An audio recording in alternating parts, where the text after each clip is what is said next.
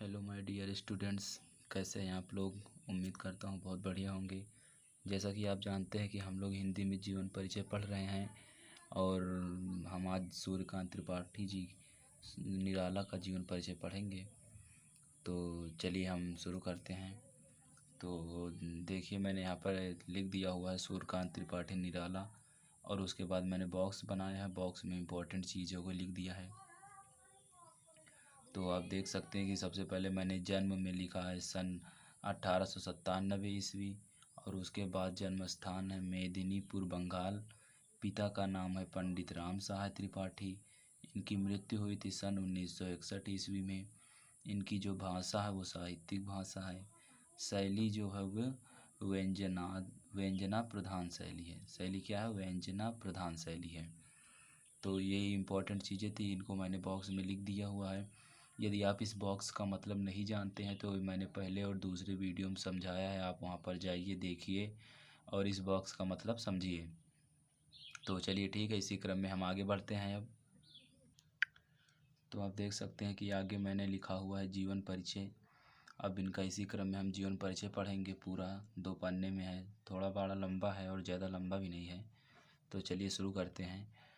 तो यहाँ पर क्या लिखा हुआ है? छायावाद के आधार स्तंभ महाकवि सूर्यकांत त्रिपाठी निराला जी का जन्म बंगाल में महिसादल राज्य के मेदिनीपुर जिले में सन 1897 ईस्वी को हुआ था। तो जैसा कि आप जानते हैं कि छायावाद के आधार स्तंभ कवि, छायावाद के 4 कवि जो आधार स्तंभ माने जाते हैं, सूर्यकांत निराला जी हैं, सुमित्रा नंदन पंत हैं, और उसके बाद महादेवी वर्मा हैं और जयशंकर प्रसाद हैं। तो उन्हीं 4 कवियों में से एक सूर्यकांत त्रिपाठी निराला जी भी हैं। इसीलिए यहाँ पर लिखा हुआ है छायावाद के आधार स्तंभ महाकवि सूर्यकांत त्रिपाठी निराला जी का जन्म बंगाल में महिसादल राज्य के मेदिनीपुर जिले। आपको ये मेदिनीपुर याद रखना है, जो ये मेदिनीपुर है ये इम्पोर्टेंट है। मेदिनीपुर जिले में सन 1897 ईस्वी को हुआ था। अब आगे बढ़ते हैं। इनके पिता का नाम पंडित राम सहाय त्रिपाठी था। इनके पिता का नाम पंडित राम सहाय त्रिपाठी था। ये उत्तर प्रदेश के उन्नाव जनपद के गढ़ाकोला नामक ग्राम के निवासी थे।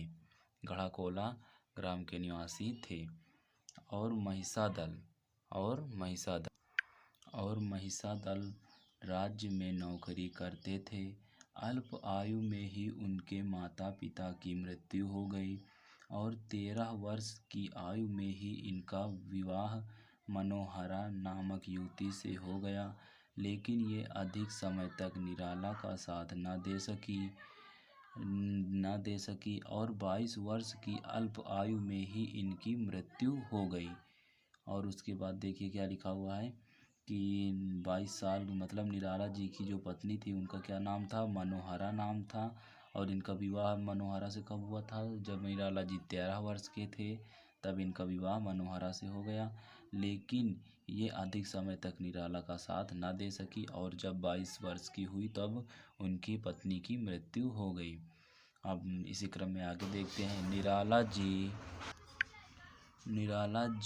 को यहाँ पे लिखा हुआ है हाँ सही लिखा हुआ है, निराला जी को पत्नी। अब आगे देखते हैं।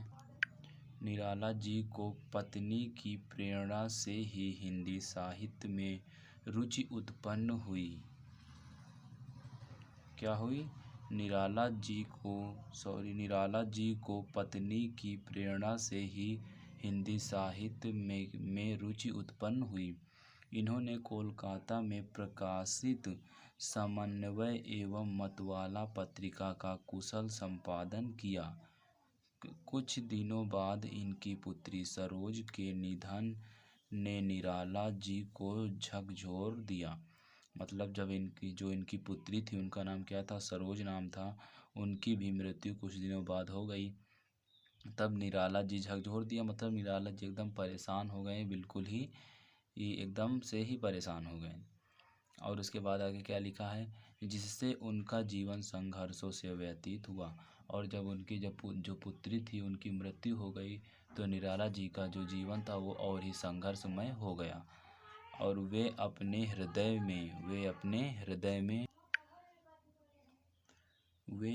हृदय में दीन दुखियों एवं असहायों के प्रति अपार करुणा रखे हुए थे। इनका निधन सन 1961 ईस्वी को प्रयाग में हुआ। इनका निधन कब हुआ? 1961 ईस्वी में हुआ। और कहाँ हुआ? प्रयाग में हुआ। तो ये जीवन परिचय इनका इतना ही था। उम्मीद करता हूँ कि बढ़िया समझ में आ रहा होगा। अब चलिए इनकी कुछ कृतियाँ देख लेते हैं। कृतियाँ क्या है? कृतियों में क्या है? सबसे पहले अनामिका है, गीतिका है, परिमल है, अणिमा है, बेला है, नए पत्ते, कामा आराधना, कामा अर्चना, उसके बाद कामा राम की शक्ति पूजा, कामा सरोज स्मृति, कामा कुकुरमुत्ता, कामा तुलसीदास, कामा जूही की कली आदि इनकी रचनाएं हैं। और इनकी भाषा क्या है? साहित्यिक खड़ी बोली भाषा है। और जो शैली है वो व्यंजना प्रधान शैली है, जो कि मैंने आपको वीडियो के शुरू में ही बता दिया था। तो बस इनका जीवन परिचय इतना ही था। उम्मीद करता हूँ कि आप लोगों को बहुत बढ़िया से समझ में आया होगा। यदि आपको कहीं भी थोड़ी सी भी दिक्कत होती है तो आप तुरंत हमसे पूछिए, हम आपको बताएंगे। और आप रेगुलर इसी तरीके से वीडियो देखते रहिए। और जो मैंने ये जीवन परिचय लिखाया हुआ है, यदि आप पूरा का पूरा ऐसे ही बोर्ड पेपर में लिखेंगे तो मैं आपको 100% कहता हूँ कि आपको पूरे नंबर मिलेंगे। तो आप जैसे मैंने लिखा है वैसे ही पूरा लिख दीजिएगा। इसमें ज़्यादा कुछ हार्ड नहीं है, पूरा सब सिंपल ही है। और इसी तरीके से आप लिखिएगा। जैसा कि मैंने काली नीली पेनों का भी उपयोग किया था कहीं कहीं, तो वो भी आपको बोर्ड पेपर में करना है।